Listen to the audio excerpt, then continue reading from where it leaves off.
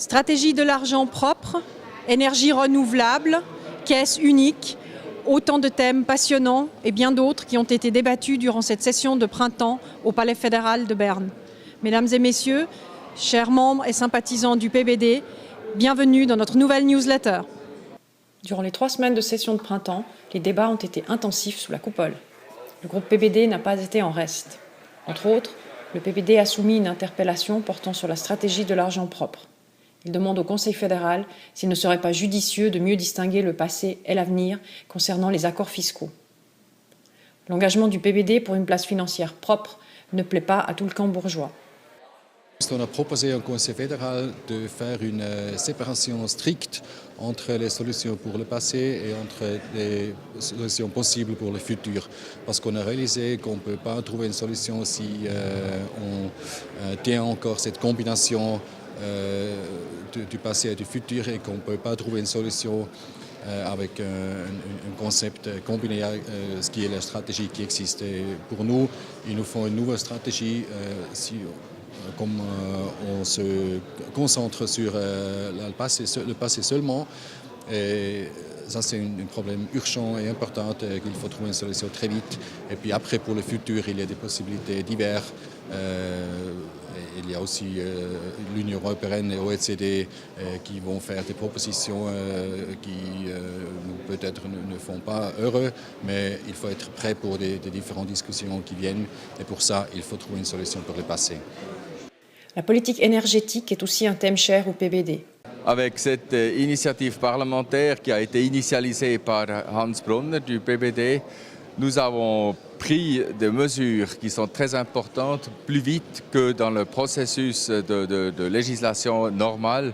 C'est-à-dire on veut augmenter les indemnisations pour ceux qui produisent de l'électricité, par exemple par photovoltaïque, mais on veut un petit privilège pour les entreprises avec une consommation d'électricité intensive.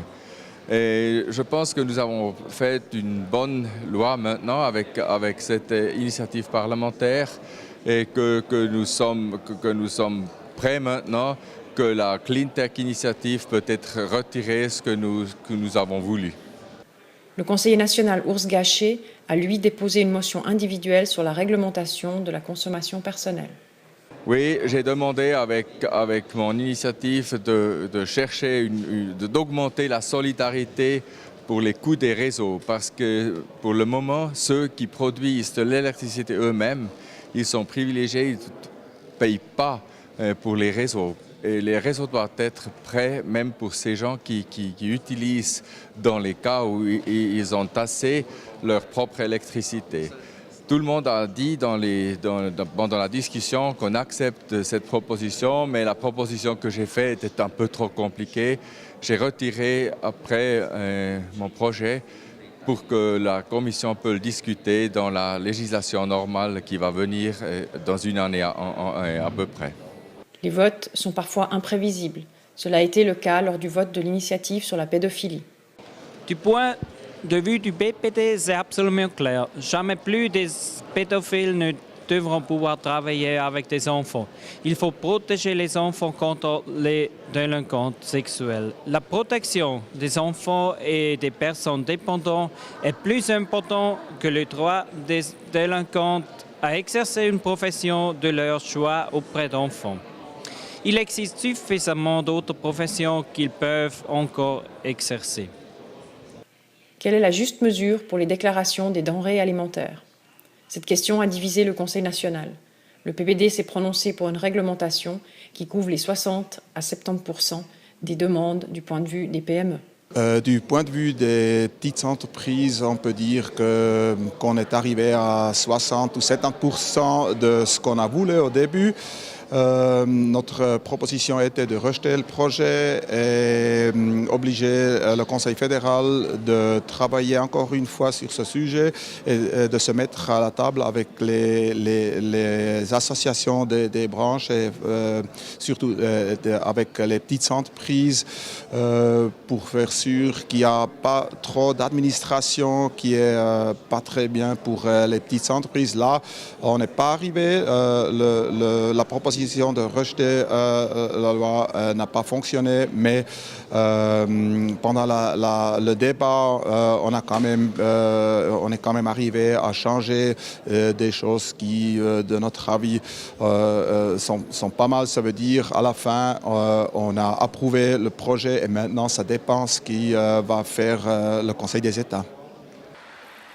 La révision de la loi sur la nationalité a été un défi de plus. Mais le projet élaboré est maintenant précis et pose des conditions cadres claires. Pour le PBD, l'installation suisse n'est pas gratuite. Et je pense qu'avec l'évolution de cette loi, maintenant, on a fixé des conditions qui sont un peu plus dures qu'avant, mais encore modestes. Mais surtout, elles sont plus précises qu'avant. Et ça, c'est important de déclarer qu'ils font toucher des conditions qui sont claires pour tout le monde. Et pour moi, c'était une révision avec succès. 3 semaines à argumenter, débattre et s'engager pour des solutions concrètes n'est pas de tout repos. Une bonne entente est le prérequis pour un travail d'équipe constructif. Le président du groupe, Hans-Jörg Hassler, y accorde beaucoup d'importance. Aujourd'hui Berne, dans quelques jours Neuchâtel, le 14 avril pour les élections cantonales. Le travail d'équipe est aussi important au canton de Neuchâtel. Le PBD Neuchâtel est très motivé pour les élections cantonales du 14 avril prochain. Le défi des 10% de quorum est de taille. Chers membres et sympathisants du PBD, je vous remercie de votre attention. Joignez-vous à moi pour souhaiter bonne chance à nos collègues du PBD Neuchâtel pour leurs élections le 14 avril.